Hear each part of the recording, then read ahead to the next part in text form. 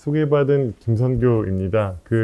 사실 제가 이 책을 번역하게 된 거는 전기화라는 단어만 좀 이해를 해도 좋지 않을까라는 생각이었었고요. 사실은 그냥 우리가 추상적으로 오히려 에너지 전환에 있어서 전기가 중요하다라는 생각을 크게 별로 안 했던 것 같습니다. 오히려 최근에 인공지능 때문에 전기가 부족하다라고 하니까 무언가 전기가 대단히 필요하구나 라는 생각들을 하고는 있지만, 사실은 인공지능발 그런 전력 수요 폭증 이전에 그런 에너지 전환의 측면에서의 전기의 중요성에 대해서는 에너지 분야에서는 많이 이야기가 됐지만, 이제 대중까지는 그 부분이 충분히 전달이 안 됐다라고 생각을 했고요. 그래서 사실은 여러분 아시다시피 우리나라는 뭐 글로벌 탄소 중립을 하겠다라고 하고 있고, 그 다음에 탄소 배출이 에너지 분야에서 75% 정도가 나오고 있다는 부분을 알고 계실 거고, 우리나라 같은 경우에는 산업 분야의 전기나 에너지 소모 비율이 높기 때문에 탄소 배출이 에너지 분야에서 한 81% 정도 되는 국가라고 보시면 될 것 같습니다. 그래서 사실 기후변화에 대응한다, 탄소 중립을 달성한다라는 의미는 물론 여러 가지 노력들이 필요하지만 가장 큰 축에는 에너지 전환이라는 부분이 있고, 그러면 이 부분을 에너지를 어떻게 바꿔야 될 것인가 라고 근원적으로 물어본다면 결국엔 탄소를 배출하지 않는 에너지를 써야 되는데, 탄소를 배출하지 않는 형태의 우리의 최종 사용하는 방식은 전기가 가장 효율적이다라고 보시면 될 것 같습니다. 그래서 전기화라는 그 부분은 결국에는 최종 우리의 에너지를 사용하는 어떤 수요, 그 방식을 전기로 바꾸는 걸 이야기를 하고요. 그래서 국제에너지기구에서 한번 현 시점에서 탄소 중립을 달성하기 위한 에너지 분야의 로드맵을 두 차례에 걸쳐서 발표를 했었는데, 첫 번째가 2021년에 코로나 기간에 그때 발표를 했고요. 2023년에 발표를 했었는데, 그때 최종 수요를 전기를 얼마를 하면은 좀 우리가 접근 가능한 에너지 전환과 탄소 중립을 달성할 수 있느냐라고 했을 때, 지금 전 세계에서 쓰는 최종 에너지 수요, 그러니까 우리가 최종적으로 사용하는 거에서의 전기는 대략적으로 한 20% 내외라고 보시면 될 것 같습니다. 근데 그러면 전기화라고 하는 부분, 탄소 중립에서 부분에서 볼 때 그럼 전기를 어느 정도로 높여야 되냐라고 하면 대략적으로 50에서 70% 사이를 이야기를 하는 것 같습니다. 보수적으로는 50%를 이야기하고요. 그러면 그런 부분에 대해서 저자는 어쨌든 최대한 전기로 바꿔야 된다라고 얘기를 하고 있고요. 이 저자는 좀 더 공격적으로 모든 것을 좀 전기로 바꾸는 게 어떻게 보면 경제적으로도 아니면 사회적으로도 아니면 그런 지속 가능성 측면에서도 모두 다 이롭다라는 생각을 가지고 이 책을 썼다라고 보시면 될 것 같습니다. 그리고 윤범기 기자님이 미국 얘기라고 하셨었는데, 사실 그 부분 때문에 뒷부분에 부록을 보시면 한국의 전기화라고 해서 사실 셋이 번역했는데, 어떻게 보면 저는 이제 전기 분야에서의 어떻게 보면 그런 감수 역할을 하면서 번역을 했다 보시면 될 것 같고요. 한국 분야에 대해서는 전 짧게 쓰고 싶었는데, 어떻게 보면 다양한 분야에서의 어떤 탄소 중립이나 기후변화에 관심이 많은 전원우 선생님이 원래 철도 분야에서는 되게 유명하신 분인데, 그분이 좀 많이 역할을 하셨습니다. 그래서 그분의 논지에서 틀린 부분만 저는 잡아주는 역할을 했고요. 그래서 그 부분도 같이 소개를 시켜드리도록 하겠습니다. 그래서 뭐 전기의 시대라고 이야기를 하는데, 사실 전기의 시대라고 하면 말씀드렸던 것처럼 인공지능에 따라서 전기의 시대가 열린 것처럼 사람들이 많이 얘기는 하는 것 같습니다. 그래서 제가 작년부터 뭐 이거 국회 토론회나 여기저기 토론회에서 인공지능과 전기의 어떤 관계나 그런 필요성 아니면 시장 이런 부분에 대한 발제들을 많이 했었는데, 사실 우리나라 측면에서 보면 인공지능으로 인한 전기 수요도 물론 고려를 해야 되지만 그냥 그 전기화 아니면 에너지 전환 자체가 훨씬 더 우선순위가 높은 부분이라 보시면 될 것 같고요.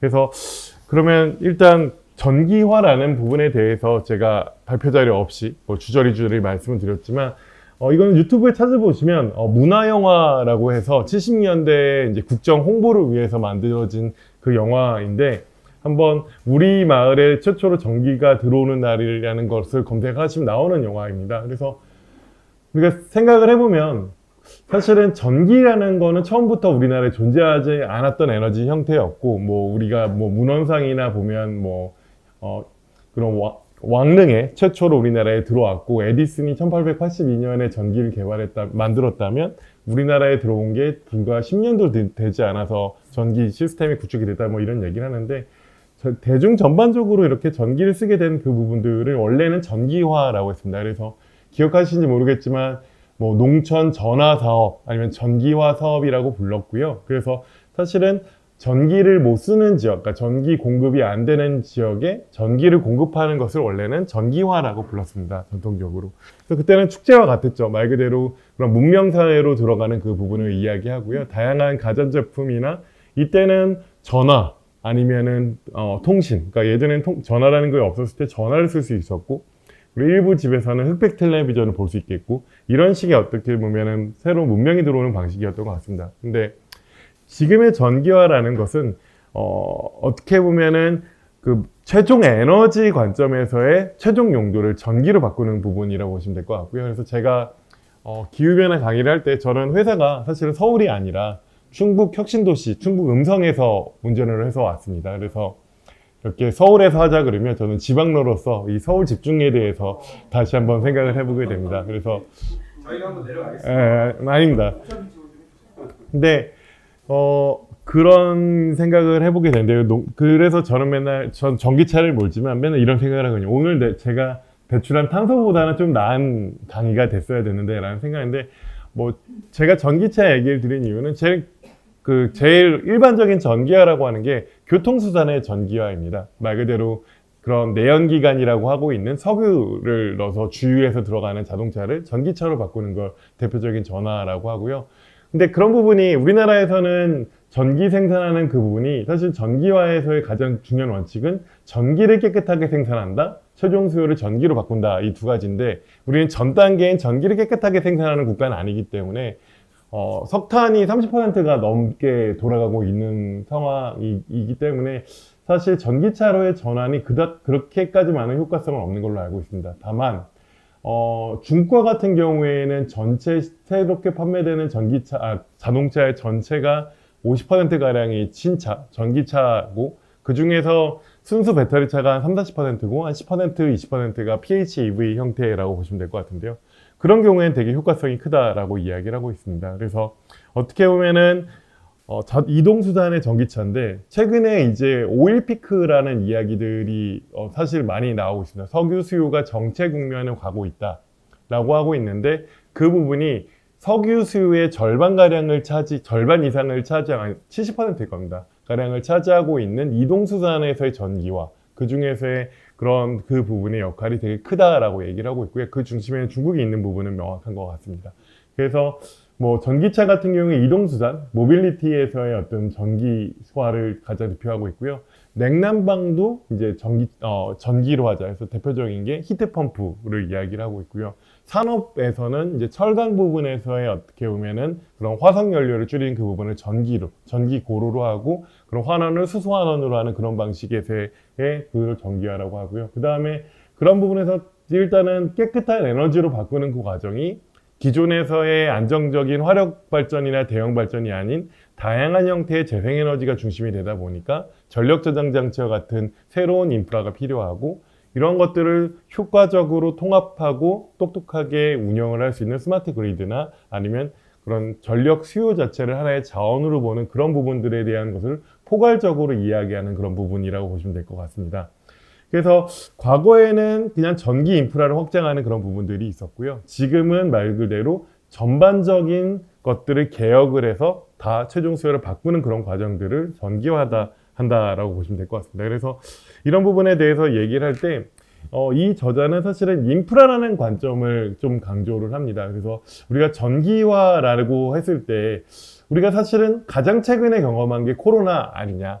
사실은 코로나라는 그 부분은 좀 먼저 대응을 했으면 그렇게 희생이 크지 않았을 것이다. 우리가 나중에 대응을 했기 때문에 희생이 컸다. 유입 시점보다 20일 앞서 대응을 했어야 됐는데 그런 부분이 좀 미흡했다라고 얘기했고요. 그 다음에 이 책이 쓰인 시점이 2021년에서 2023년에 쓰여졌기 때문에 이제 그 파동이 여전히 계속 여파가 있다. 지금도 역시 코로나의 여파가 완전히 사라졌다라는 말씀을 못 드릴 것 같고요. 다만 기후변화 대응에 대해서도 2021년에서 2023년에 쓰여졌기 때문에 이제 그 파동이 여전히 계속 여파가 있다. 지금도 역시 코로나의 여파가 완전히 사라졌다라는 말을 말씀을 못 드릴 것 같고요. 다만 기후변화 대응에 대해서도 2021년에서 2023년에 미리미리 해야 된다. 그 파동이라는 그 부분들. 우리가 사실은 1.5도라는 목표를 던졌고 탄소 중립을 2050년까지 하겠다고 얘기했고 2030년까지는 온실가스 배출을 40%까지 감축하겠다고 얘기했지만 사실 그런 것을 책임지는 자리에 계신 분들은 공식적으로 말씀하시지만 2030년 NDC는 불가능한 걸로 저희는 일단 모레도 안 되는 걸로 알고 있고 2050년 탄소 중립도 현재로서 경로가 보이지 않는 상태로 보고 있으면 2060년으로 미룰 가능성이 높고요. 2060년이 되면 2도씨가 넘어설 가능성이 되게 높고 2060년 공로가 넘어지게 되면 또 3도 이런 이야기가 나올 텐데 그런 부분에서의 어떤 파동 같은 부분이 되게 크게 우려되는 상황이라고 보고 있고요. 그래서 이 저자는 코로나19가 백신으로 인해서 안정화가 됐던 것처럼 어떻게 보면 우리가 전기화라는 그 과정에서의 청정 에너지 인프라가 핵심이고 그 부분이 우리에게 어떻게 보면 코로나의 백신의 역할을 할 것이다 라는 강조를 하고 있습니다. 그래서 그 부분에는 풍력, 태양광, 전기차, 히트펌프 그런 뿐만이 아니라 발전원 뿐만이 아니라 이런 것들을 연결해주는 전력망 그런 부분부터 그리고 인터넷처럼 우리의 다양한 어떤 여러 가지 기능을 수행할 수 있는 망 중립성 이런 부분들을 강조하고 있습니다.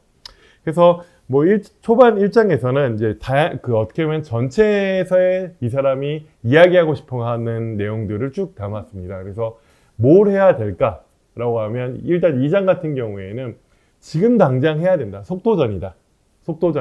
최대한 빨리 일을 해야 되고 사실 우리가 미래 기술에 대해서 이야기를 하는데 그런 부분에 대해서 나중에 생각하고 지금 할 수 있는 노력들을 해야 된다라는 이야기를 합니다. 근데 사실 다행일 수도 있고 아니면 우려 섞인 걸 수도 있는데 이런 생각을 합니다. 우리가 다양한 분야에서의 탈탄소화를 얘기를 하고 있는데 그나마 진전이 있는 부분은 전력 분야이고요. 그나마 가장 가시적인 진전이 있는 건 태양광과 풍력, 전력 저장 장치인 것 같습니다. 거기에 추가하면 이제 전기차 정도가 탈탄소화에서 실질적으로 가시적인 확장이 있는데 왜 그게 될까라고 하면 태양광은 꽂기만 하면 되거든요. 어쨌든 전력망이라는 어떤 도전 과제가 있지만 어쨌든 간에 발전원을 바꾸는 과정들은 할 수 있는 그 부분들을 생각할 수 있고 그 다음에 풍력도 있고 그런 부분은 이제 어쨌든 최대한 빠르게 어쨌든 전기로 깨끗하게 생산할 수 있는 전기를 얘기를 하는데 일단은 산업 분야에서나 여러 가지 부담이 되는 부분에선 탄소 포집이나 활용 등과 같은 CCU나 CCUS를 이야기하는데 시간이 너무 많이 걸린다. 지금 개발을 하는데 어떻게 할 거냐라는 얘기를 하고 있고요. 사실 제가 업무적으로는 지금 예타 사업이라고 하는 R&D 예타 사업을 맡고 있는데 제가 지금 평가하고 있는 사업이 CCU에 대한 부분인데 카본 캡처 앤 유틸라이제이션이라고 해서 eFuel이라고 하는 거나 말 그대로 비행기나 선박용 연료를 만드는 부분을 많이 이야기하는 어떻게 보면 전환 기술이라고 보시면 될 것 같은데요. 거기에서 지금 우리나라가 사실은 600만 톤 정도를 탄소 감축에서 NDC에서 11%인가 꽤 큰 비중을 제시를 하고 있는데 현재 실질적으로 CCU가 우리나라에 2030까지 준비된 건 0%입니다. 0%고요. 그래서 R&D를 지금 해야 되는데 지금 예산이 1조를 투입해달라고 요청을 했는데 거기에서의 그 목표량이 목표량 대비 0.6%? 근데 그것도 인정되지 않은 퍼센트입니다. 그러니까 사실 되게 아직 성숙이 안 된 기술이라 보시면 될 것 같고요. CCU라는 부분이 실질적으로 뭔가 시장에서의 어느 정도 포션을 차지하려면 2040년 정도로 가정을 해야 되지 않을까라는 그래서 되게 먼 기술이다. 그리고 이 책에서는 사실은 일부는 희망을 갖고 있는 그 기술이 있는데요. 수소에 대해서는 되게 부정적으로 이야기를 합니다.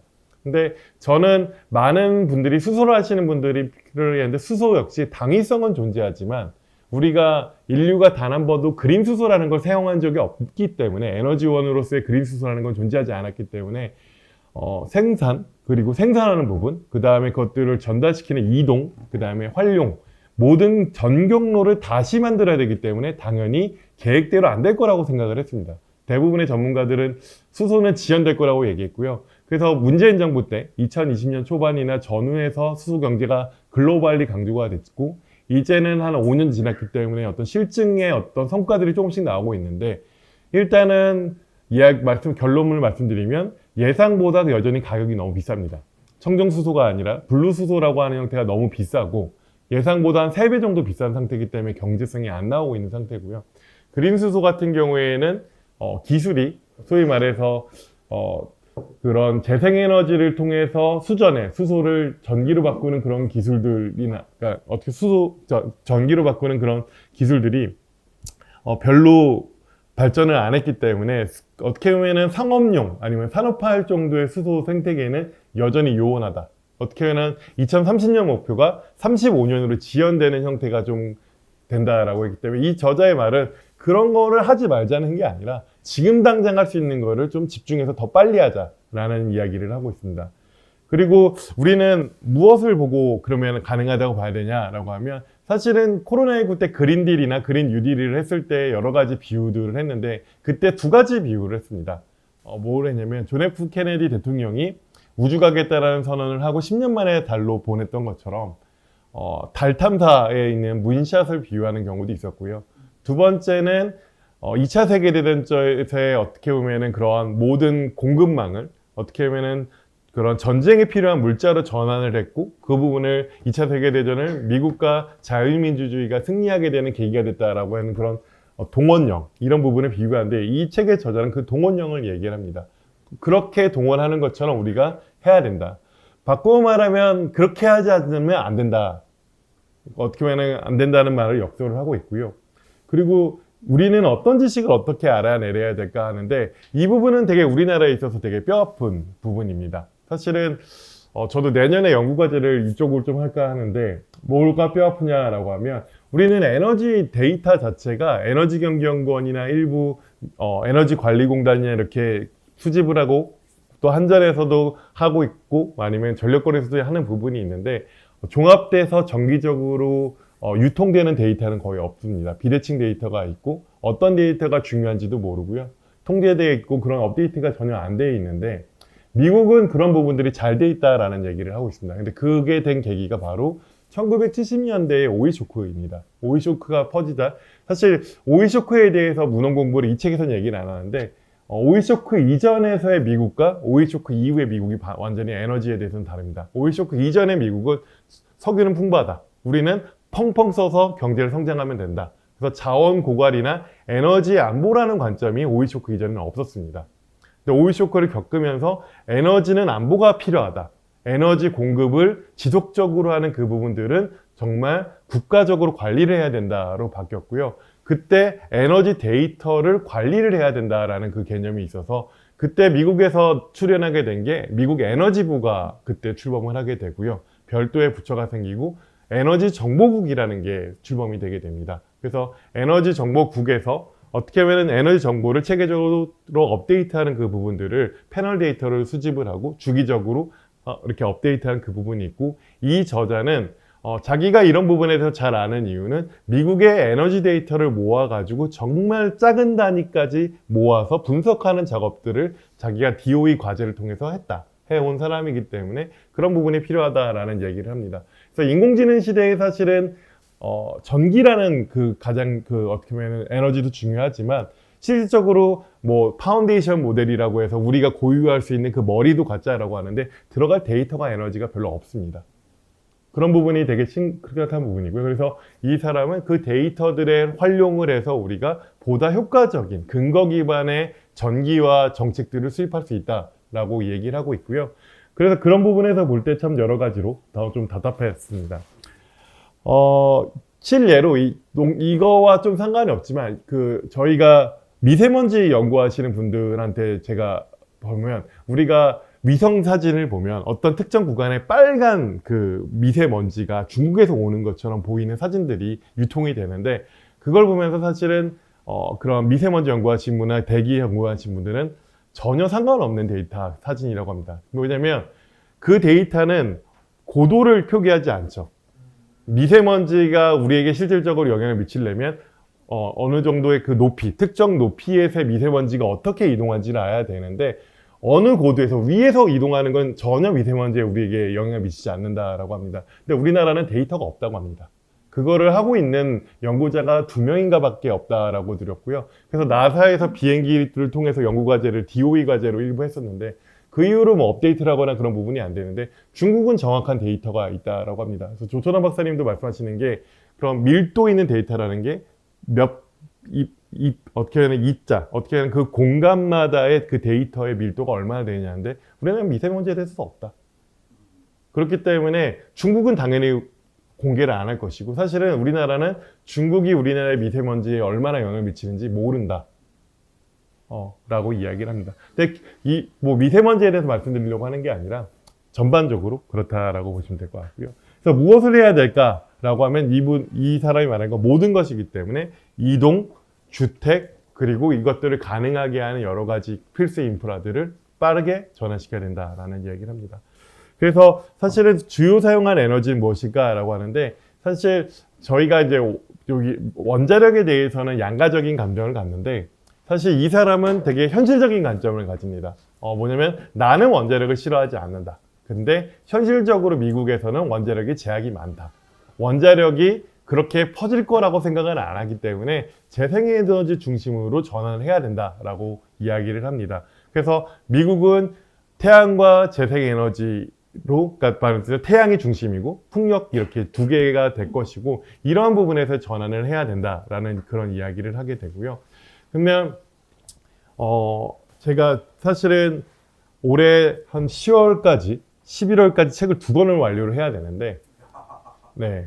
왜냐면은 한 권은 5년 동안 시달렸기 때문에 안 쓰면은 출판사 사장님이 저를 사실 이 책을 번역하게 된 가장 큰 계기는 미안해서입니다. 그 출판사에 번역부터 빨리 할 수 있지 않을까라고 해서 미안해서였고요. 그래서 책을 지금 열심히 쓰고 있는데 사실 우리가 왜 원자력 하시는 분이 재생에너지에 대해서 부정적으로 얘기할까라고 이야기를 하면 재생에너지를 전망을 했을 때 20%에서 30%가 되면 전력 시장의 법칙이나 운영의 규칙이 재생에너지 친화적으로 바뀝니다. 왜 그러냐면 그러면 원자력과 같은 발전소는 경쟁력을 잃게 됩니다. 역설적으로. 그거를 아는 거죠. 뭐 그걸 구체적으로 아시는 분도 있고 어떻게 보면 감각적으로 아시는 분도 있는데 사실은 에너지원의 뭐가 주인공이냐라고 한다면 많은 게 주인공이거든요.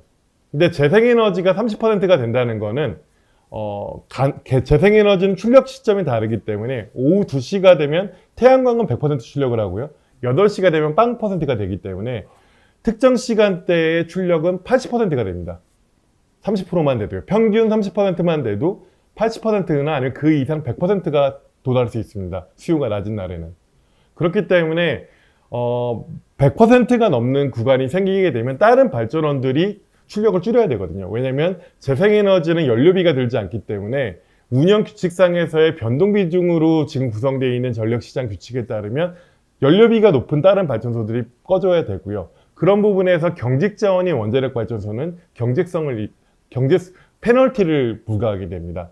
말 그대로 재생에너지가 30%가 많으면 유연한 애들, 빠르게 작동할 수 있는 그런 애들이 어떻게 보면 더 높은 경제적 가치가 있고 그것들을 감당할 수 있는 부분들이 지금은 뭐 탄소 중립 자원은 아니지만 가스 발전이 그런 역할을 하게 되고요. 가스 발전은 변동성이 좀 빠르게 행동할 수 있기 때문에 그런 부분인데 그럼 반대로 이런 얘기합니다. 원자력은 안정적이기 때문에 24시간 우리가 신뢰할 수 있는 전기를 공급하지 않느냐. 원자력, 그래서 원래의 그런 전력시장 운영의 어떤 규칙이라는 것은 8,760시간이라고 해서 24시간 365일 내내 전력 수요를 감당할 수 있는 발전소를 기저발전이라고 부르고 영어로는 베이스로드라고 하는데 기저발전들이 그걸 끌어주고 위에 있는 변동자원들을 뭐 가스발전소와 같은 비싼 발전기가 어느 정도 감당을 하거나 하는 형태입니다. 그래서 석탄발전소는 가동률이 거의 100%에서 90%를 왔다 갔다 하고요. 원자력도 거의 출력이 100%를 유지하는 게 기본 구조입니다.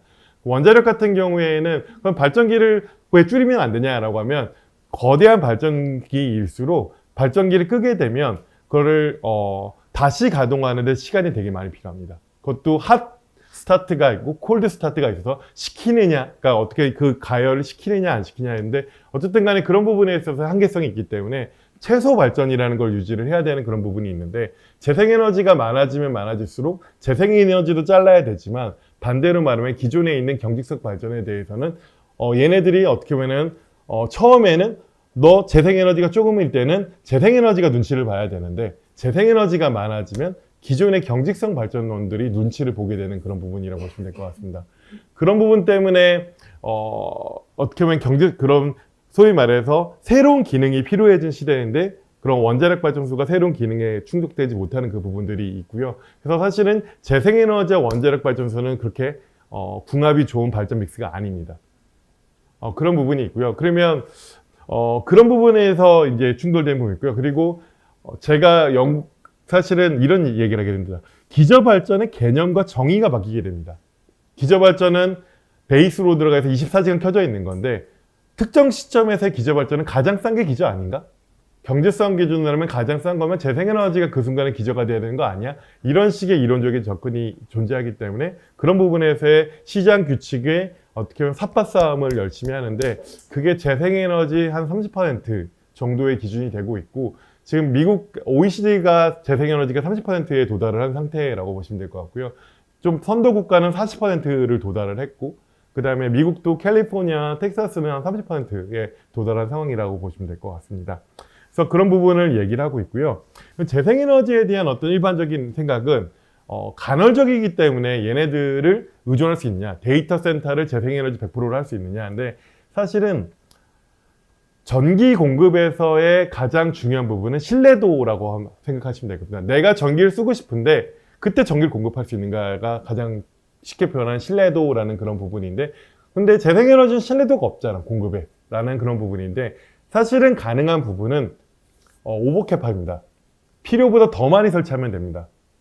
배터리를 왕창 설치하고요. 그래서 그런 부분은 이제 경제성이란 그 부분에서의 의문을 가질 수밖에 없는데 태양광 같은 경우에 너무 싸졌기 때문에 어떻게 보면 전기요금이 어느 정도 비싼 시장에서는 오버캐파시티를 할 수 있습니다. 충분히. 배터리도 싸졌기 때문에 그다음에 태양광과 배터리를 수요 이상으로 확보를 하고 저장을 많이 하면 충분히 가능한 거 아니냐 그런 의견들이 나오고 있고요. 그래서 그 부분에 대해서 이것을 어느 정도 간이로 한번 시뮬레이션의 이 책에서는 해보게 됩니다. 그래서 그렇게 하면 1년 내내 작동할 수 있다라고 얘기를 하고 있고요.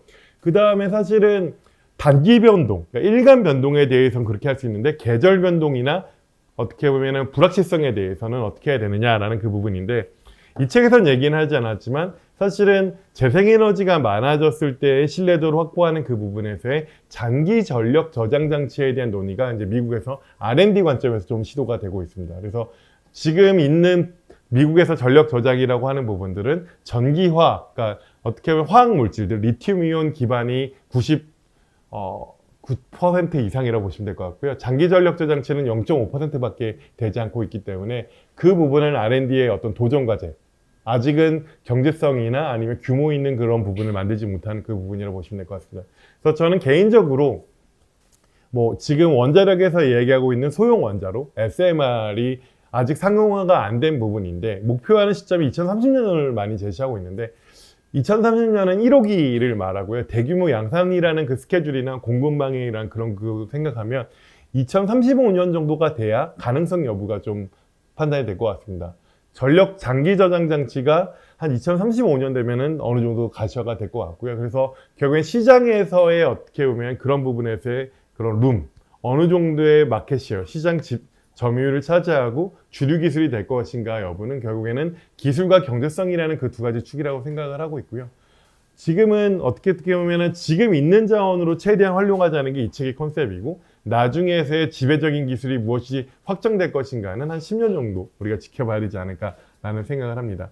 그리고 이 사람은 인프라라는 이야기를 되게 많이 하는데요. 인프라라고 하면 좀 거대한 인프라를 생각을 많이 하게 됩니다. 예를 들면 도로가 있을 것 같고요. 그 다음에 아니면 수도가 있을 수도 있을 것 같고요. 전기 인프라, 에너지 인프라도 어떻게 보면은 정부가 세금을 들여서 거대하게 장기간 동안 추구하는 그 부분인데 이 사람은 그 인프라를 전기화 개념으로 생각을 한다면 가정 역시 하나의 인프라가 된다. 전기차도 인프라가 될 것 같고 히트펌프도 인프라가 될 것 같고 주택에 설치하는 지붕형 태양광, 베란다형 태양광도 역시 인프라이기 때문에 이를 구축하기 위한 노력에서 정부가 적극적인 역할을 더 해야 된다라고 주장을 합니다. 그래서 그런 부분에 대해서 역량에 대해서도 이 사람은 결국에는 어떻게 보면 그린딜이나 그린 뉴딜에 나온 것처럼 전환을 하는 과정에서 일자리가 많이 나온다. 그래서 여러분이 아시는 것처럼 사실은 지난 대선 국면에서 일부 그런 그 대선 후보 중에 하나가 중국산 태양광 왜 사냐라는 그런 프레임을 했는데 중국만 좋은 일 하는 거 아니냐? 근데 사실은 그 분은 어떤 후보라고는 이야기는 저는 하지 않습니다. 근데 사실은 그분은 제 그 훌륭한 후배가 2시간, 3시간 동안 직접 찾아가서 에너지 강의를 해줬다고 합니다. 그래서 아주 배신감을 느끼더라고요. 본인은 되게 잘 아는데 공격 포인트인데 저는 이런, 저희가 모두 입고 있는 옷 중에서 원단 중에 메이드 인 차이나나 메이드 인 인도네시아나 이런 데가 아닌 옷은 한 명도 없을 거라고 생각합니다. 사실은 태양광도 물론 메이드 인 코리아로 하면 좋죠. 뭐 나쁘진 않겠지만 글로벌 공급망 관점에서 본다면 우리가 필요한 부분에 대해서 활용할 수 있는 부분은 같이 활용하는 그 부분을 고려하는 부분으로 생각을 하고요. 실질적으로 재생에너지 사업을 하게 되면 인건비, 어떻게 보면 건설 사업이 가능하기 때문에 어떻게 보면 내재와 말고 내수 경제에 해당되는 부분이 80% 정도 되게 됩니다. 그게 태양광 같은 경우는 실질적으로 그런 내수 산업이라고 보시면 될 것 같고요. 말 그대로 우리가 옷을 만들 때 메이드 인 코리아라고 해도 대부분의 원재료들은 해외에서 수입하는 원재료를 쓰고 그런 고급 의류에 대해서는 한국에 디자인을 해서 하는 것처럼 그런 관점에서 접근을 해야 되는 그 부분이 있다라고 하고요. 그 다음에 풍력과 같은 경우에는 산업적으로 우리나라가 50% 이상의 기술이 있다라고 보시면 될 것 같습니다. 아쉬운 건 뭔가 코어 기술이라고 하는 터빈 기술력만 빼고 좀 부족하고요. 전선을 까는 거, 아니면 그런 부분에서 폴대를 꼽는 거, 아니면 그런 것들에 대해서 설치하는 그런 그 과정에서의 부분인데, 그래서 실질적으로 풍력 사업 하시는 분이 이런 말 하더라고요. 덴마크에 있는 회사도 우리는 터빈 빼고 다 외제야. 너네가 우리보다 훨씬 더 높아. 자국 그 전체 매출 그 소위 말하는 인건비를 제외한 그 비중에서도 너네 국산화율이 훨씬 높은데 너희는 왜 못 가져 있는 터빈 하나만 갖고 그렇게 시비를 거는지 모르겠다. 이해가 안 간다라는 얘기를 하고 있고요. 그래서 그런 부분에서의 접근이 필요하고 어떻게 보면은 이념 전쟁이나 그런 어떻게 보면은 딱 그 여론 전쟁을 하는 것 부분에서 생각할 때 우리가 대부분에 있어서 쓰고 있는 일선 상품 중에 메이드 인 코리, 순수 메이드 인 코리아가 있는가라는 그 부분을 우리가 다시 한번 고민해 볼 필요가 있을 것 같습니다. 그래서 그런 부분을 얘기를 하고요. 그래서 이 사람이 강조하는 건 일자리를 만든다. 내수 경제가 나온다. 그런 부분들은 경제적으로도 우리한테 이롭다라는 얘기를 하고 있고 또 결국에는 사실은 이상향일 수는 있지만 에너지 비용도 결국엔 떨어지게 된다. 초기 설치 비용과 학습 비용을 하고 지난 다음에는 그런 부분이 충분히 떨어질 수 있다라고 이야기를 하고 있다라고 보시면 될 것 같습니다. 그래서 그런 얘기를 하고 있고요. 그 다음에 돈은 누가 낼 건데? 라고 하는데 결국에는 돈은 국가가 어떻게 보면 적극적으로 저리 대출 형태를 통해서 해야 되고 그런 부분을 애국적인 그 마음으로 같이 투자해야 된다라는 그런 이야기를 하고 있고요. 그리고 어떻게 우리나라의 해법일 수 있는데 그런데 화석연료를 지금 많이 쓰고 있고 아니 화석연료 사업자나 아니면 발전 사업자 중에 석탄 비중이 높은 그런 사람들은 어떻게 해야 돼? 라고 하면 우리 편으로 만들어야 된다. 우리가 어느 정도 같이 감당을 해야 된다. 전환 비용에 대해서 니네들 알아서 해. 아니면 너네들은 경쟁력이 없으니까 죽어 이게 아니라 같은 편으로 만들어야 된다라는 그런 이야기를 하게 됩니다. 그래서 그런 부분에 대해서 좀 생각할 거리도 있을 것 같고요. 그래서 그런 부분에는 이제 정말 기후 전쟁이라고 표현합니다. 그래서 기후 전쟁에서 승리하기 위해서는 우리는 총동 원형을 해야 된다라고 이야기를 하고 있고요. 그래서 그런 부분에 대해서 이야기를 하고 있다라고 보시면 될 것 같습니다. 그래서 각 장을 정리했는데 뭐 이런 부분은 가볍게 보시면 될 것 같고요. 그래서 이 사람이 이야기하는 그 부분에서 보시게 되면 뭐 이런 얘기입니다. 차량 발전 난방 지붕형 태양광 뭐 이런 부분에서 있어서 100%를 가지고 우리가 목표를 해야 된다라는 얘기를 합니다. 예를 들면 지금 자동차를 있는 사람들에게 자동차를 버리라는 얘기를 하는 게 아니라 다음에 자동차 살 때 하이브리드 사지 말고 그냥 전기차 사라. 뭐 이렇게 거치냐라고 얘기를 하고 있고요. 사실 히트펌프는 우리에게 있어서는 되게 난관이 될 것 같습니다. 우리는 가스 인프라, 도시가스 인프라가 사실은 수도권 집중과 더불어 도시에서 에너지 공급하는 난방 체계가 상당히 잘 돼 있는 국가거든요. 그래서 히트펌프에 대한 그 수요가 2050년까지도 쉽지 않을 거라고 많은 분들이 예상을 하고 있습니다. 예, 너무 잘 돼 있기 때문에.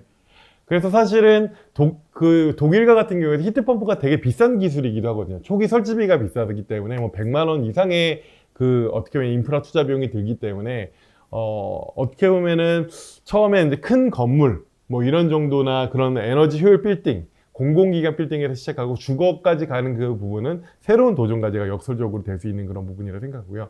태양광 같은 경우에는 사실은 제가 농담 삼아 맨날 말씀드리는 부분이 저희 집이 화성시장님이 살고 있는 아파트에 제가 화성시에 살고 있는데 2600세대거든요. 근데 태양광이 아예 없습니다. 신축 아파트가. 근데 화성시는 태양광 보조금이 많은 지역 중에 하나입니다. 왜 그렇게 됐을까요? 그 이유가 부동산에 미친 우리나라의 민족성 때문이라고 저는 생각합니다. 4년 전에 입주자 대표회의가 열리고 막 그랬을 때 강남 가봐라 태양광 있냐. 명품 아파트에는 그런 흉물이 있으면 안 된다라는 일부 강성 문자들의 이야기로 인해서 소위 말하는 건설사에서 꼭대기 옥상에 지어준 거 빼놓고는 태양광이 없습니다.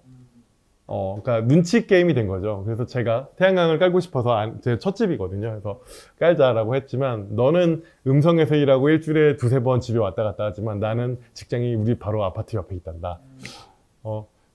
너가 감당할 수 있어서 시장님도 설치 안 하는 그 태양광을 제가 하기는 쉽지 않을 것 같아서 사실 그런 부분에 대한 고민이 많습니다. 사실 그래서 뭐 그런 부분에 대한 아이디어도 있고요. 그래서 사실은 안 깔면 안 달게 만들어야 된다라는 생각을 기본적으로 저는 가지고 있습니다.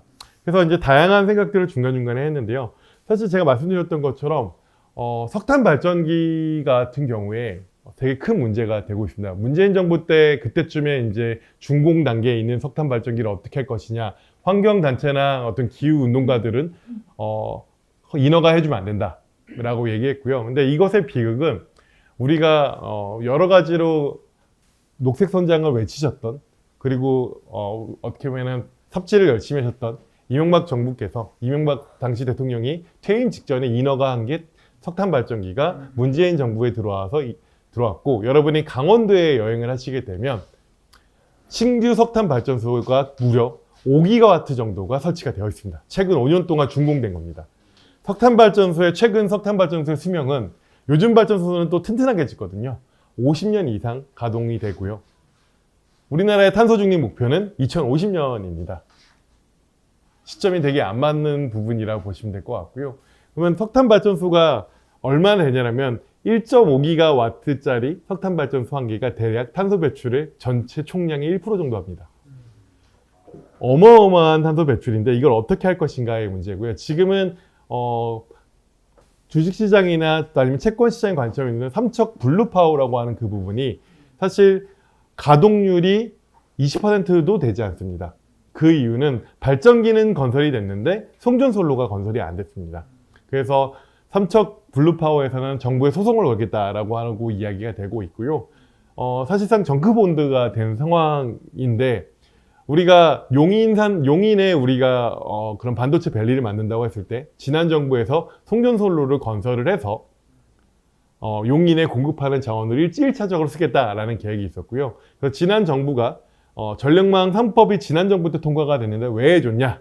이것 때문이다 라고 보시면 될 것 같습니다. 그래서 이런 부분에서 어떻게 보면 과거의 정책이 지금 어떻게 할 것인가 라고 보시면 될 것 같고, 그 부분은 우리의 어떤 큰 부담이 앞으로도 계속 될 거라고 생각합니다. 그래서 이 책의 저자는 함께 하자 라고 했는데 함께 어떻게 할 것이냐, 이 비용을 투자의 실패로 둘 것이냐, 아니면 정부의 인허가의 책임이냐, 법적으로 따져야 될 것이냐, 이런 부분이 상당히 골칫거리가 되고 있다라고 생각을 했고요.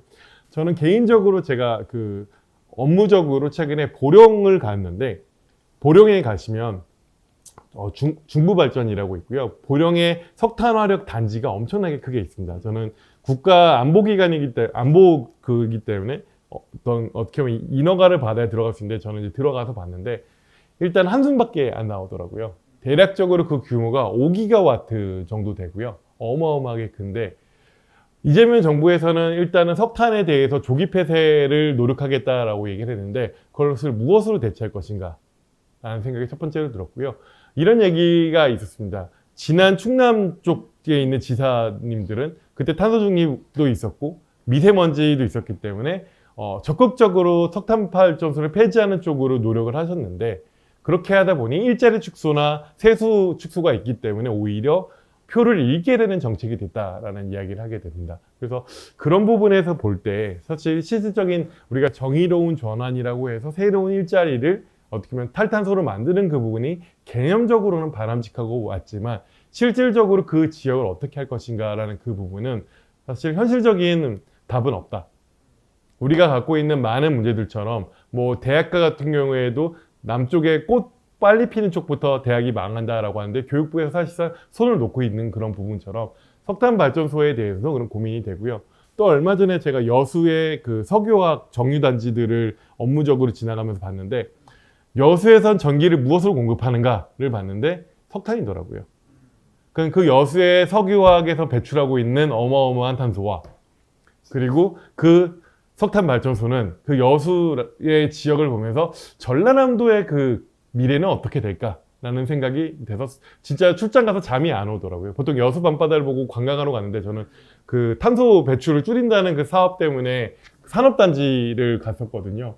왜냐면 요즘 뉴스를 보신 분은 알겠지만 정유석 석유화학은 지금 5분기 연속 적자고요. 사실상 거기는 생존을 어떻게 할 것인가라는 얘기가 나오고 있고 그 산업은 국가적인 빅딜이 필요하다라는 얘기를 하고 있습니다. 즉 영원으로 가져가라고 해도 안 가져간다라는 얘기를 하고 있고요. 그래서 그쪽의 생태계가 얼마나 무너진지는 뭐 KBS든 여러 가지 언론의 다큐멘터리에서 잘 나와 있고요. 대기업이 흔들리니까 당연히 중소 중견기업의 일자리가 없고 가동률은 멈춰 있고 거기 자체 활력이 없는데 전라남도에서의 산업이 뭐가 있는가라고 보면 두 개밖에 없습니다. 제가 말한 건 대기업 중심의 고소득이 있는 데는 여수 산단이랑요 광양밖에 없습니다. 철강. 그러면 여수가 빠진 거를 이론적으로는 저탄소로 대체를 하면 되지라고 하는데 그 전에 석유화학이라는 산업이 우리나라에 2050년에 존속을 할 수 있을까? 제가 하고 있는 CCU라는 산업은 저탄소 연료를 만드는 건데 그것이 과연 가능한 이야기일까? 라는 생각들이 들면서 되게 저 소시민이지만 저도 정책 토론회에서 그럴싸한 이야기를 항상 하는 사람이지만 우리 일자리는 무엇으로 할 것인가? 내 자식들은 과연 우리나라에서 어떻게 할 것인가? 라는 얘기를 하고 있고요. 그리고 전기화라는 거에서 두 가지 축이 청정 에너지를 전기를 만들고 전기 수요를 확충한 걸 얘기를 하고 있는데 전력 산업에 있는 분들은 요즘 이런 얘기를 합니다.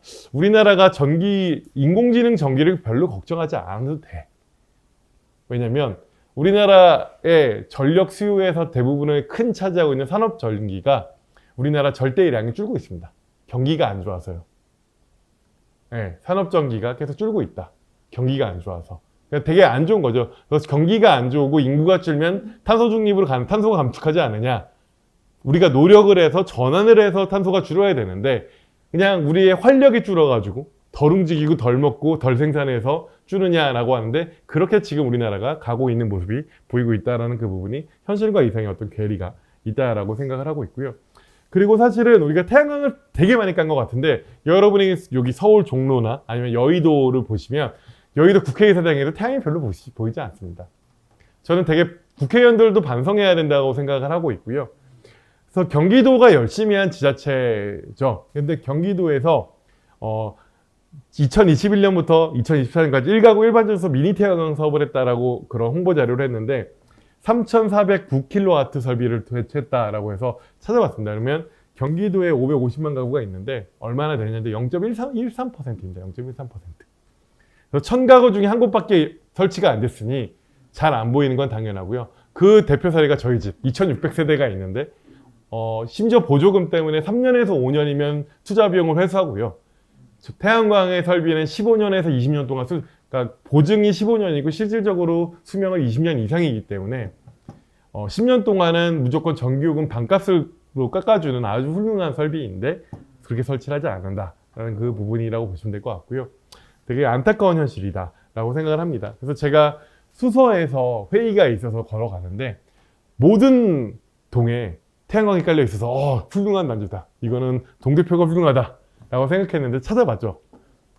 임대아파트더라고요. 박원순 시장 시절에 이제 임대아파트에 그렇게 우선적으로 공급한 그 부분을 보면서 했고요. 그 당시에는 그 수서역 맞은편에 있는 주차장을 만드는데 태양광으로 위로 덮으려고 했을 때 옆에 있는 아파트 단지에서 태양광 반대를 붙였던 시절인데 왜 도시 사람들은 태양광을 반대할까? 왜냐면 수서에 있는 사람들은 부자기 때문에 자기 부동산의 가치를 높일 시설들이 오길 바라지 그렇게 태양광과 같이 토지 활용 가치 측면에서 나한테 내 아파트 값을 올려주지 않은 시설에 대해서는 어려움을 겪었고요. 그리고 탄소중립과 기후변화에 진심이신 이소영 의원이 있는 과천 응양 지역구에 있는 서울 대공원도 태양광을 하려고 했을 때 이 지역 주민들이 엄청난 큰 반대를 했다는 역설이 있습니다. 그래서 법제적으로 의무화가 논의가 된다라고 하더라고요. 공공 주차장에 대해서. 근데 지금 우리나라가 탄소 중립을 하는 걸 떠나서 2030년 NDC 목표를 달성한 걸 떠나서 재생에너지 비율이 지금 태양광과 풍력 합쳐서 5% 정도밖에 안 되고 수력 발전소 5%에서 수력이랑 목재 필렛과 같은 그런 바이오매스 일부를 해서 재생에너지가 10%거든요. 근데 2030년까지 목표가 21%입니다. 그래서 윤석열 정부에서 11차 전력수급 계획을 세웠고요. 2030년까지 이거는 이재명 정부에서 세운 게 아닙니다. 얼마씩 깔아야 되냐라고 하면 매년 7기가와트를 설치를 해야 됩니다. 그것은 지금까지 우리가 태양광 설치한 걸 매년 설치하는 것을 윤석열 정부에서 수립을 했다고 보시면 수도권은 다 해야 됩니다. 아시다시피 전남 같은 경우에는 전력망 수요가 없기 때문에 포화가 됐거든요. 그러면 그 부분을 어떻게 해야 되느냐라고 하면 제가 2015년에 미국에 갔을 때 그런 분산에너지에 대한 시장 설계를 연구하는 연구그룹이랑 얘기를 했는데 너 요즘 뭐 연구해? 라고 물어보니 예를 들어요. 난 전력시장 가격 결정 방법을 공부하고 있어 라고 하길래 그거 어떤 건데? 라고 하면 보스턴 지역에 전기요금이 1000개가 나오는 거를 시뮬레이션하고 연구한다고 하더라고요. DLMP라고 하거든요. 우리나라에 있는 요금제는 이제 지역 차등 요금제인데 그거는 서울시를 1000개의 전기요금제인데 그게 말이 돼? 근데 뭐냐 하면 그럼 혹시 에너지 자립률 갖고 하냐? 하니까 맞다고 하더라고요. 그래서 특정 지역에서 저는 그러니까 이론적으로 볼 때는 뭐 현실적으로 어려우니까 일정 기간에 일몰 제도로 태양광을 전환하는 데 있어서 설치할 수 있는 가동률을 정부에서 측정을 해주는 것들을 해서 2세대는 몇 킬로와트까지는 다 할 수 있다를 하고 그 부분에서는 인센티브를 일몰 제도를 먼저 주고 그 이후에는 그걸 달성을 안 하면 그런 자립률에 따라서 전기요금을 더 높게 한다면 전기요금 10만 원 맞을래? 전기요금 5만 원 받고 태양광 깔래? 라고 하면 당연히 전자를 선택할 거라고 생각합니다. 지금 되게 저희 아파트처럼 태양광이 흉물이다라고 하거나 명품 아파트라는 건 배가 안 고프기 때문입니다. 네, 그렇게 정책이 만들어진다라고 생각을 하고 있고요. 실질적으로 시장은 그렇게 진화하고 있습니다. 우리나라만 시장 자체가 미관을 얘기하는 것 자체가 좀 크다라고 보시면 될 것 같고요. 제가 얘기하고 싶은 얘기는 이런 얘기를 합니다. 에너지 데이터도 인프라다. 사실 인공지능 시대에 데이터가 없으면 아무것도 못하거든요.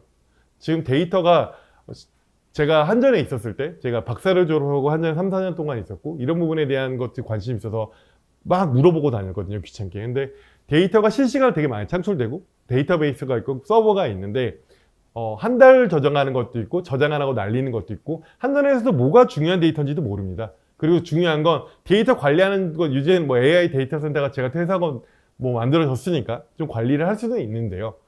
일단은 그게 외부에 공개가 되지 않습니다. 그래서 민간 생태계가 돼서 무언가 분산 에너지 갖고 사업을 하려고 할 때 데이터가 없습니다.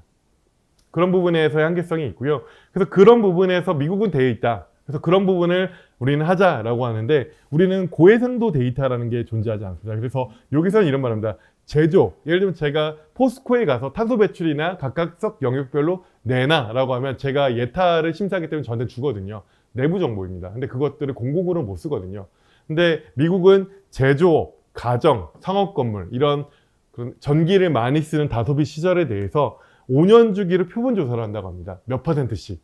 어느 정도 신뢰성 있게 스케일업해서 데이터를 하는 그런 부분들을 매년 하는데 우리는 그런 노력들을 안 하고 있기 때문에 저는 지난 정부 때도 얘기를 했고 지지난 정부 때도 얘기했는데 우리가 인공지능의 시대를 얘기를 하는데 사실 뭐 데이터 청을 얘기를 하는 부분들이 있는데 뭐 정부에서 과기부 산하에서 데이터 청을 만드는 것도 가능할 것 같고요. 그게 좀 어려우면 기후에너지부가 만들어지면 기후에너지 데이터 과 정도는 만들어야 되지 않을까. 데이터 그런 부분에서 총괄을 해서 의무화, 법적 의무화를 해서 주기적으로 데이터를 모으고 실질적으로 활용하는 생태계를 만들고 해커톤을 만들어서 민간에서 그런 걸 혁신할 수 있는 데이터 기반을 꼭 만들어야 된다라는 생각을 하고요. 지금 그 노력을 하면 10년 뒤에 산업 생태계가 만들어질 거라고 생각합니다. 역설적으로 그 전력 분야에 있는 연구자들이 논문을 쓸 때 미국 시장 논문을 씁니다. 영국 시장 논문을 쓰고요. 왜냐하면 우리나라는 데이터가 없기 때문입니다. 전력거래소에서 얘기를 해도 안 줍니다. 네, 그런 부분이 되게 그래서 엄청나게 제가 한전 갔을 때 데이터가 많을 줄 알았는데 한전도 담당자가 아닌 이상 무슨 데이터가 있는지 모릅니다. 그런 상황이라고 보시면 될 것 같고요. 그래서 뭐 생키 차트라고 해서 이런 차트를 지금은 여러 군데에서 많이 쓰는데 원래 에너지 흐름을 보기 위해서 1970년대 에너지 플로우 차트를 만들었다라는 얘기를 하고 있고요. 그래서 에너지가 어디에 생산돼서 어떻게 최종 에너지를 가느냐 이런 부분들을 흐름으로 보이고 있다라고 하고요. 그래서 이거는 로렌스 리버모어 내셔널 레버레토리에서 업데이트를 하고 있습니다. 그래서 이거는 미국에서의 탄소 배출에 대해서도 이렇게 경로를 만들고 있고요. 이런 부분을 한데 여러분이 우리나라에서 이렇게 데이터를 하는 기관들이 몇 개가 있는데 그렇게 잘 되고 있다라는 생각은 솔직히 안 됩니다. 연구를 할 때 별로 영구적으로 의미가 없기 때문에 보지도 않거든요.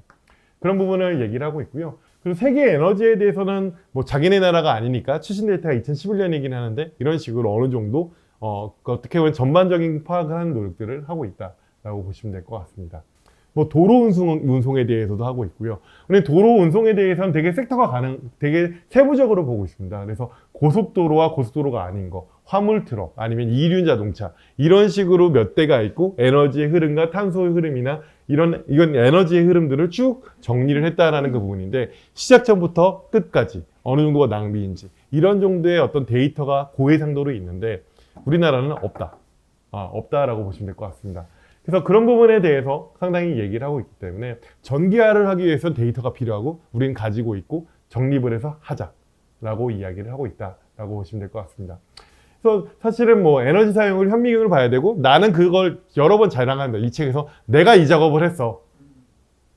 난 그래서 전문가가 됐어라고 얘기를 하는데 그 막연한 추정이 아니라 숫자에 의해서 구체적인 탈탄소 로드맵을 만들자라고 하는데 우리나라 NDC 목표 수립했을 때 어떻게 했느냐? 탄소 중립에 있는 위원님들한테 물어보면 한숨밖에 나오지 않습니다. 제가 지금 업무적으로 하고 있는 CCUS 같은 경우에는 표현을 짬처리 당했다라고 얘기를 합니다.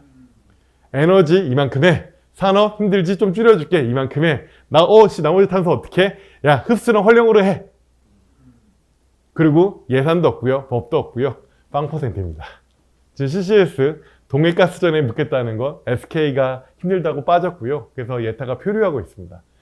네. 뭐 아무튼 그렇다고 보시면 될 것 같습니다. 그래서 정부 정책이 얼마나 힘이 없는가. 그냥 구호만 외치는 게 최상단의 정책인가. 최상단의 정책 목표가 있으면 하단까지 갈 수 있는 경로가 있어야 되는데 우리는 구호만 외치지 실질적인 수단을 만들려는 노력을 안 한다. 그리고 기후변화 에너지 전환에서의 가장 그 큰 부분이 뭐냐면 제가 말씀드린 석탄 발전이 지금 건립된 게 이명박 정부의 마지막 인허가라고 했는데 사실은 경로 의존성이 있고요. 그 다음에 그런 리드 타임, 어떻게 보면 지금 정책을 결정하면 실질적인 실효를 보는 게 10년 뒤입니다. 예를 들면 이재명 정부에서 전력망 고속도로를 얘기를 하잖아요. 그 전력망 고속도로의 기본축은 송전망이거든요. 물론 배전이나 변전도 얘기하고 있는데 지금 열심히 착공을 하는 게 이재명 정부가 해야 될 일이라고 생각합니다. 그럼 누가 그걸 과실을 따먹느냐? 차기 정부가 끝날 때 봐도 상당히 빠른 거고요. 차차기 정부가 끝날 때쯤에 과실이 없게 됩니다. 기반임. 근데 그 부분은 정치가가 별로 하고 싶지 않죠. 비용만 들고 효과성이 떨어지니까요.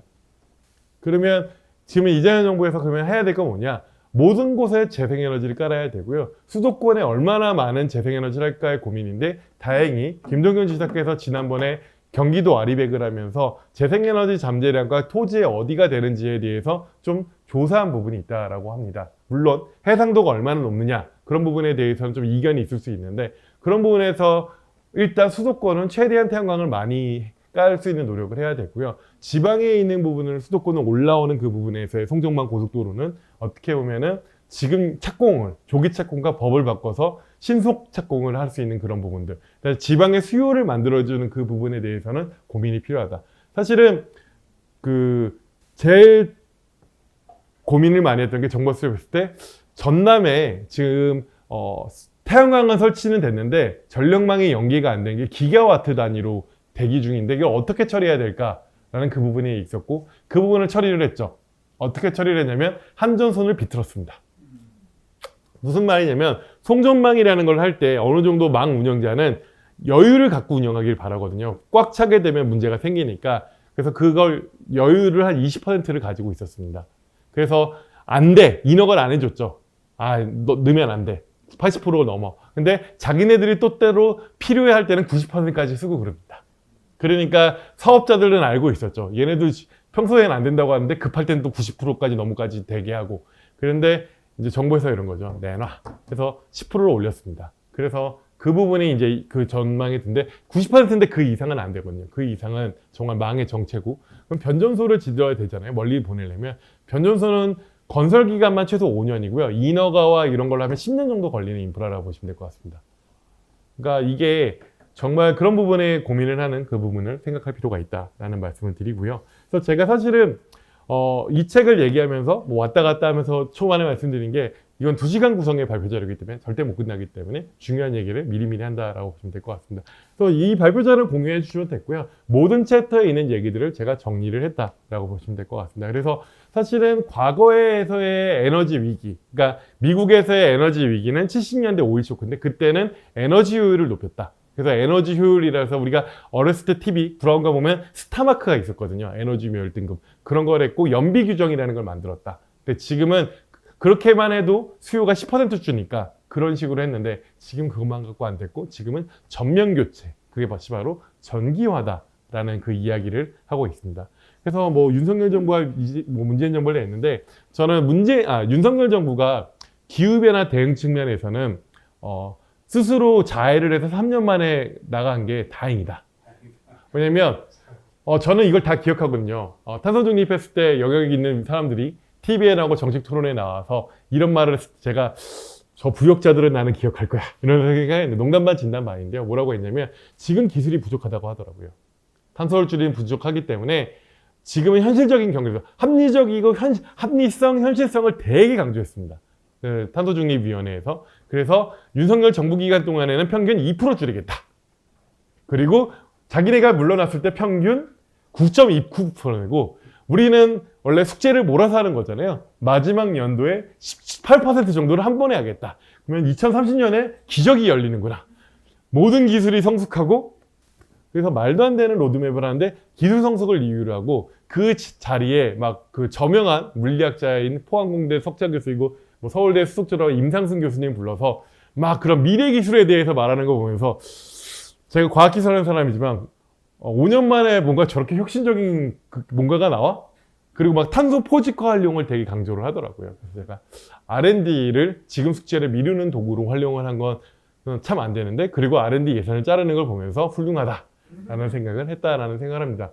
그래서 2027년 5월이 아니라 2025년에 종료가 됐는데 그러면 이재명 정부는 다행이 아니라 기후 부채는 쌓여 있는데 숙제를 빨리 해야 되는 사명을 가지고 빨리 해야 된다 라고 저는 생각을 하고 있습니다.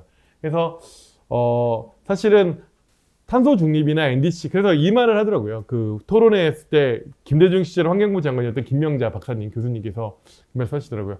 NDC 목표는 안 바꾸셨더라고요. 40%인데 그거를 하게 되면 국제사회에서 두들겨 맞으니까 그거는 차마 못 바꿨죠. NDC를 그대로 둔 채 이런 경로를 만들었습니다. 네. 그래서 제가 칼럼을 쓰려고 했거든요. 2030년은 도대체 무슨 해가일까? 모든 R&D 로드맵이 2030년에 다 해결된대. 근데 그러다가 끌려간다 그래서 조용히 쓰지 않았던 기억이 납니다. 아무튼 그렇게 되고요. 그래서 저는 이 말을 이 사람은 이 책에서 하더라고요. 전기와 전기 전환이라는 게 덜 나쁜이 아니라 더 좋은 시스템의 구축이다. 우리는 덜 나쁜 걸 하려는 게 아니라 더 좋은 걸 하고 그 이익을 나눈다는 그 개념으로 접근을 해야 된다라는 그런 이야기를 하고요. 그다음에 사실은 수소나 여러 가지 했을 때 전기화라는 그 부분에서 좀 관심 있으신 분들은 유튜브를 보시게 되면 우리가 좀 이상한 형아인 일론 머스크 왔다 갔다 하는 일론 머스크가 사실은 뭐 여러 좀 복합적인 인물인데요. 그래서 혁신적인 측면에서는 좀 높게 평가를 해야 되는데 마스터 플랜 3라는 것을 발표를 한 적이 있습니다. 그 2년 전에 그 인베스터 데이라고 투자자들 모아놓고 하는 데에서 마스터 플랜 하는데요. 마스터 플랜은 말 그대로 테슬라가 가야 할 길을 10년 단위로 발표하는 자리라고 보시면 될 것 같습니다. 그래서 마스터 플랜 1일 때는 나는 전기차를 만들 거야.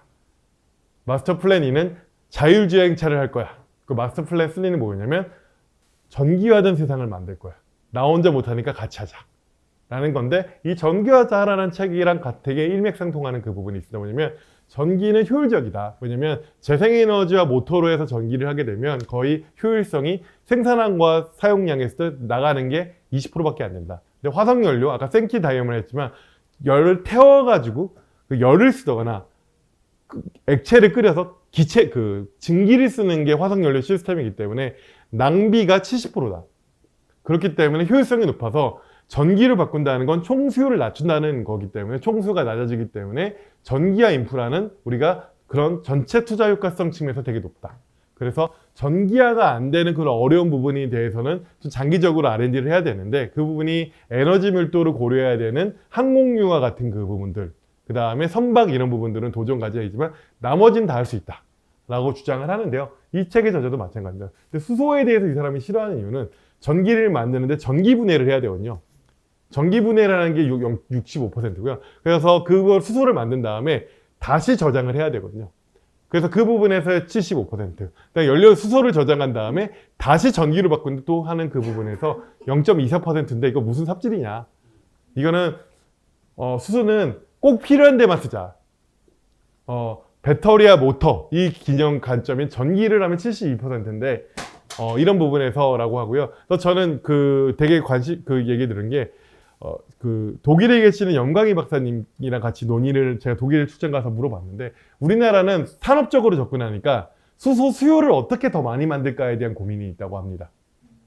그래서 사실은 저 같은 사람들도 제일 싫어하는 게 석탄 발전에 암모니아를 섞거든요. 10% 의무화를 하거든요. 근데 그 비싼 수소 결합체를 왜 석탄 발전에 섞지? 차라리 그 돈으로 가스 터빈을 바꾸든가 이렇게 하는 게 나을 텐데 라는 생각을 저는 개인적으로 하는데 그래서 독일은 수소를 어떻게 하면 최소화할 수 있을까? 너무 비싸. 수소 인프라는 건 비쌀 것 같으니까 수소 수요를 어떻게 하면 줄일까가 정책 목표인데 우리는 수소 산업을 어떻게 만들까로 고민을 하게 되니까 수소 수요를 찾는 그런 부분인 것 같습니다. 그래서 그 부분이 좀 잘못됐다라고 얘기를 하고 있고요. 그래서 에너지 양이 총량의 절반이 된다라는 얘기를 합니다. 제 말대로 전기는 효율성이 높기 때문에 전기화를 하게 되면 총에너지 수요는 오히려 준다라는 얘기를 하고 있습니다. 그런 이야기를 하고 있고요. 그래서 그런 부분에서 미국은 땅이 넓죠. 그래서 땅이 넓기 때문에 전기 100% 충분히 할 수 있어 라고 하고 있고요. 우리나라는 어떻게 해야 돼? 라고 하는 그 부분에 대해서 미리 말씀드리면 우리나라에 대해서는 그것들을 고민을 한 게 사실은 윤석열 정부에서 고민을 업데이트를 안 했습니다. 탄소 중립 시나리오를 문재인 정부 때 만들었고요. 그때 전문가들이 재생에너지 80% 90% 이럴 때 어느 정도냐면 태양광 같은 경우에는 대략 국토 면적의 3% 정도가 필요하다. 그러면 감이 없으시잖아요. 3%가 얼마나 큰 것인가. 서울이 0.5%입니다. 희망이 꺾이시잖아요. 근데 충분히 가능합니다. 골프장이 0.5%예요. 네. 무슨 말씀을 드리고 싶냐면 보이는 모든 곳에 태양광을 까면 된다. 수도권은. 그렇게 해도 에너지 자립률은 높지 않을 거예요. 그렇게 될 거라고 생각해서 수도권에서 또 충분히 많이 할 만큼 할 수 있을 것 같고요. 우리가 상상할 수 있는 모든 곳에 재생에너지를 설치해야 되고 그런 부분의 노력이 필요하다라고 하고 영농형 태양광도 거의 의무화가 돼서 어떻게 보면 기본소득으로 가는 그 부분들, 신안이나 그런 부분들의 모델들이 전국으로 확산이 돼야 될 필요가 반드시 있어야지 어느 정도 규모의 경제를 만들 수 있다. 그래서 라는 얘기를 하고요. 이 책에서도 옥수수를 비교하고요. 아시겠지만 미국 지역에 있는 옥수수 밭의 크기가 한반도보다 훨씬 크잖아요. 그래서 그런 농부의 역할이 필요하다라는 얘기를 하고 있는데 우리나라도 농부의 역할이 정말 필수적이다. 그래서 에너지 농사를 짓도록 만들어야 된다. 근데 사실은 남태석 박사 같이 농업에 계신 분들의 이야기를 두면 영농형 태양광의 문제는 사실은 돈의 문제입니다. 토지를 소유한 분들은 영농 태양광을 하고 싶어 하십니다. 왜냐면 사계절 내내 안정적인 소득을 줄 수 있고 생각보다 좋은 소득원이 되거든요. 근데 예전에는 약한 사람이라고 해서 소작농이라고 했지만 요즘 임차농이라고 해서 임차농들은 싫죠. 그래서 그 부분을 이익을 어떻게 공유할 것인가 이런 얘기가 나오고 있고요. 그런 부분에서의 노력이 필요하다라는 얘기들을 하고 있다라고 보시면 될 것 같습니다. 그래서 그런 부분에 대해서도 제가 한번 그런 여러 가지 데이터를 정리해가지고 이게 참 표 만드는 게 PDF 올리고 챗GPT가 참 잘해주고 팩트 체크만 하면 됩니다. 네, 그런 부분으로 정리를 했다라고 보시면 될 것 같고요. 그래서 말씀드렸던 것처럼 재생에너지 중심으로도 전기 공급이 가능하다라고 얘기를 하고 있고요. 그래서 저장, 수요를 전환하는 거, 그 다음에 초광역 연결. 그러니까 중국이 잘하죠. 송전 설비를 고압 설비를 해서 그런 걸 연결을 하고 그런 것들을 어떻게 할 것인가라는 그 부분들을 노력을 해야 된다라고 얘기를 하고요. 이 부분이 핵심인데 사실은 전기 인프라 관점에서는 궁극적으로 어떻게 보면 원래 첫 번의 전력 인프라의 어떤 관점은 확장이었습니다. 전기 수요가 증가하니까 빠르게 확장을 하자. 이게 1970년대까지의 글로벌 스킴이었습니다. 근데 미국 같은 경우에 70년대 환경운동이 있고 그런 부분에서의 전기 자체가 더럽게 생산이 되는 게 지금처럼 뭐 기후 탄소가 아니라 배기가스나 미세먼지나 이런 부분에서의 악영향이 있어서 반환경 시설이니까 님비 현상에 타겟이 되는 시설이어서 좀 그런 정체된 그런 부분들이 있게 됐고요. 그런 부분에서 전기 시스템을 어떻게 하면 효율적으로 구축할 수 있을까의 연구들이 70년대 후반부터 있었습니다. 그게 뭐냐면 제가 이건 여러 번 비유를 하게 되는데요. 전기 시스템은 사실은 되게 비효율적인 시스템입니다. 뭐냐면 여러분이 제주도에서 렌터카를 운영하는 사장님이라고 생각을 하는데 휴가철에는 100% 다 빌려가잖아요. 비싼 돈이면 100%다 빌려가잖아요. 근데 휴가철이 아닌 일반 평일에는 10대도 안 빌려가거든요. 고민을 하죠. 내가 120대를 하면 돈을 많이 버는데 평소에 10대도 안 돼. 그러면 110대가 놀아. 그러면 자기가 고민을 하자. 한 60대 정도 하면 대충 경제성이 나와. 계산이 되는데 전기 인프라는 최고 수요를 기준으로 돌리고 나머지는 논리는 인프라입니다. 그러니까 8,760시간, 그러니까 1년 중에 전체 가동 그 수요를 차지하는 건 0.5%지만 그거에 맞춰서 모든 시설이 다 갖춰져야 되거든요. 그러면 전기를 연구하는 사람들은 이거죠. 최고 수요를 어떻게 하면 낮출 수 있을까? 수요를 어떻게 하면 분산시킬까? 수요의 탄력성, 가격을 높이면 수요를 이동시키는 게 될까? 이런 것들에 대한 논의가 70년대 후반, 오일 쇼크 때부터 인프라의 한계가 오니까 연구가 됐었고요.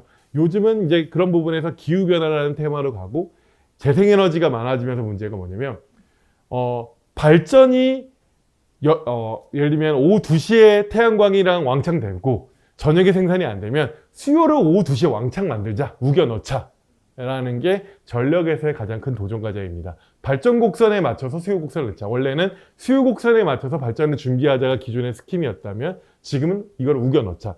근데 제가 그때도 그냥 상상을 했을 때 서울에 자동차가 많잖아요. 인구도 2천만이 살고 있고요. 수도권에 2천이 살고 자동차 수도 대충 제가 그때 계산했을 때 2천만 대인가?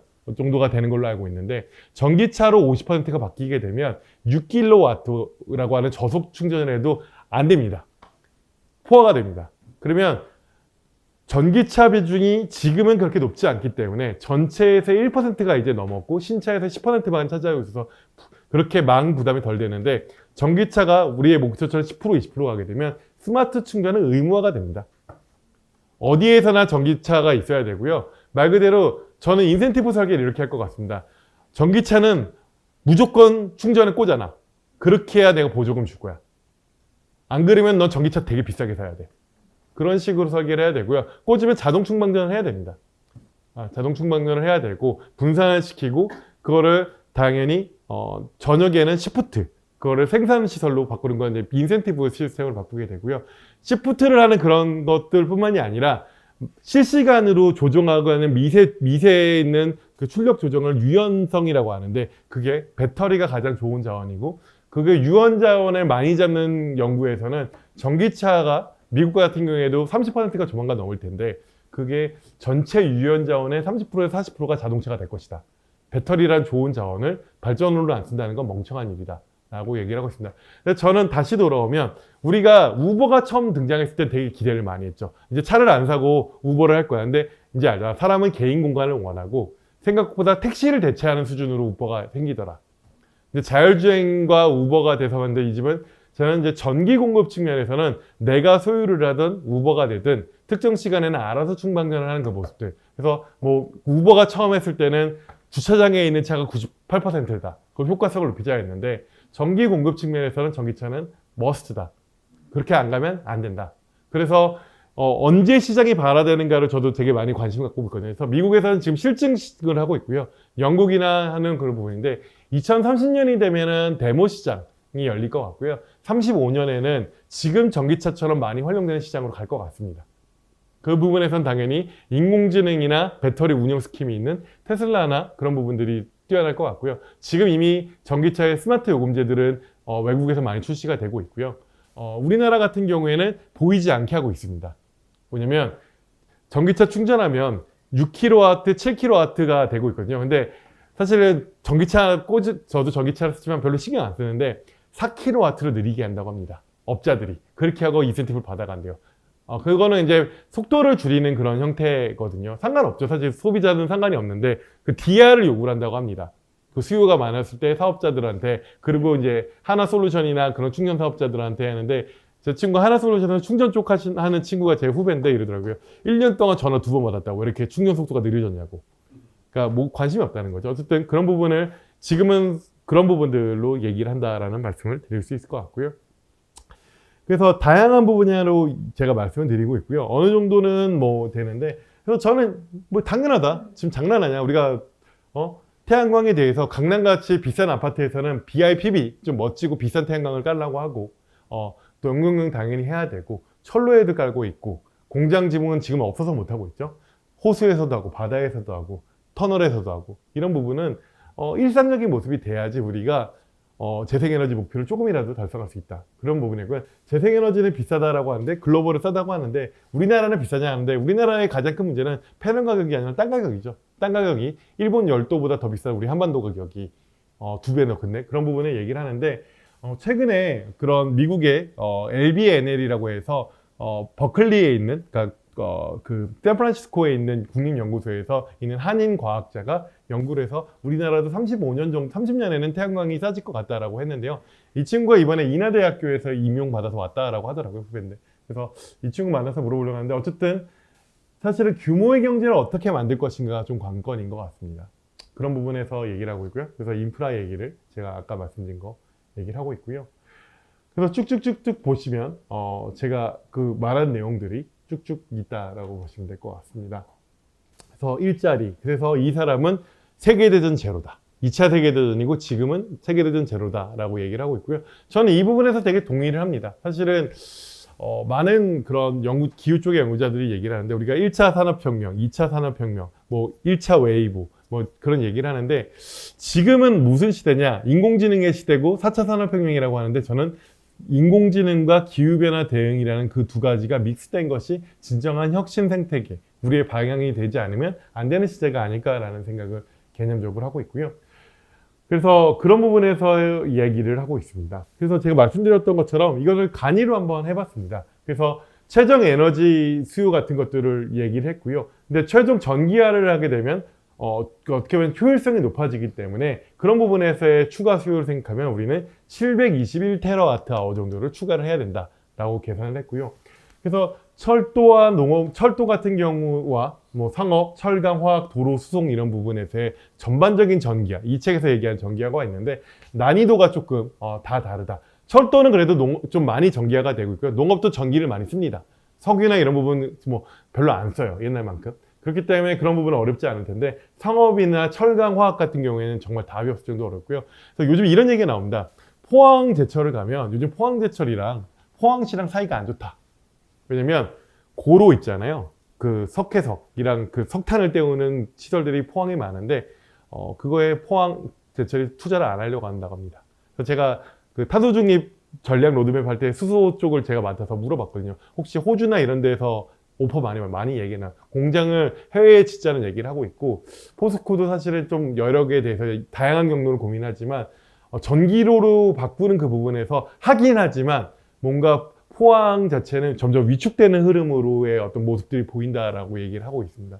그런 부분을 생각해요. 제가 화학 부분은 과연 지금 당장 생존 경쟁에서 뭐 빅딜을 해서 구조조정을 하고 독과점법에 대한 폐지를 해서 그런 것들을 하면 지금 당장 생존을 할 텐데 5년 안에 망할 거 10년, 20년 뒤로 할 수 있지만 과연 저탄소 생태계를 전환할까라는 그 부분에 대해서 하고요.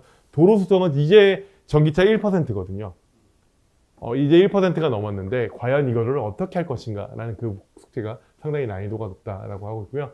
땅에 대해서도 되게 중요한데 어떻게 보면은 땅 같은 경우에는 이번 정부가 얼마나 속도감 있게 그 설치를 윤석열 정부가 세운 것 정도만이라도 해도 저는 박수 쳐줘야 된다고 생각합니다. 그쪽에서는 아무것도 안 했기 때문에.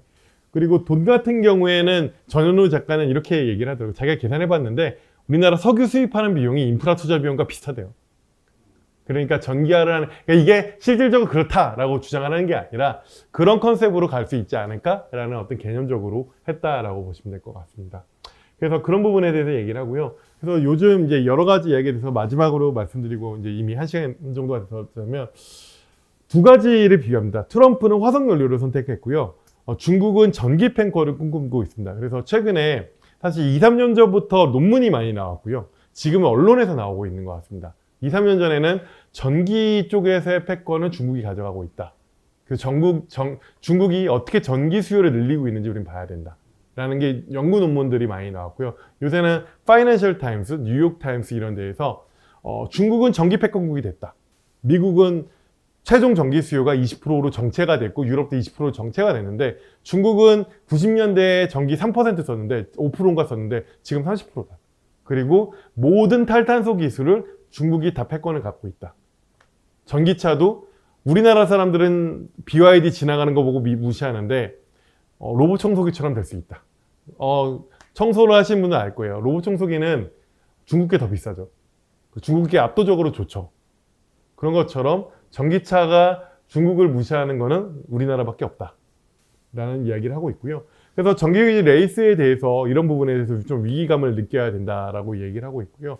그래서 그런 부분에서 트럼프의 선택이 과연 미국에 유리하느냐. 근데 트럼프도 지금 당장은 실효성이 있는 부분에서 잘하는 그 부분도 있지만 에너지 측면에서 볼 때 오히려 전기화나 탈탄소의 여력들을 많이 경로들을 끊어버림으로써 그 이후의 경쟁 구도 측면에서는 미국의 경쟁력을 낮추는 게 아니냐라는 의견들이 나오고 있고요.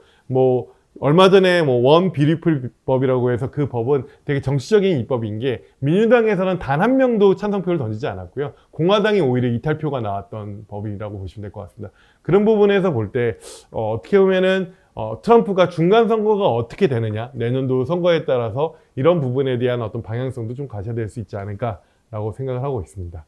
그래서 중국은 어마어마하다고 보시면 될 것 같고요. 모든 에너지 기술의 넘버원은 중국이고 우리는 따라할 수 없다. 그래서 얼마 전에 기아에서 현대차인가 기아차에서 배터리 그것도 우리가 말하는 NCM 배터리, 니켈, 코발트, 망간 배터리를 CATL 걸 썼거든요. 그래서 왜 CATL 걸 쓰냐? 우리나라 LG솔루션 더 좋은 거 써야지 하는데 사실은 엔지니어들은 알죠. 기술적으로 차이가 없습니다.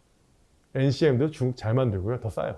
당연히 테스트했을 때 어차피 사실 우리가 생각해야 될 게 배터리는 미래를 좀 지금은 또 다시 좀 괜찮아진 것 같지만 좀 쉽지 않은 그 부분들도 생각을 해야 된다라고 생각을 합니다. 그래서 사실은 중국은 에너지 안보, 거시경제, 탄소, 국제경제 협력기에 이런 부분에서 잘 빌드업을 하고 있고요. 그런 부분에서 사실은 유럽도 되게 위기감을 느끼고 있으나 그런 부분을 우리가 계속 고민을 해야 된다라고 생각을 하고 있습니다. 그래서 한국에 대해서는 제가 말씀을 충분히 드렸기 때문에 질의응답을 하면 좋을 것 같고요. 또 원자력에 대해서는 궁금하신 분이 많아서 별도로 만든 질문이 있으면 원자력에 대해서도 답변을 드리도록 하겠습니다. 이상입니다.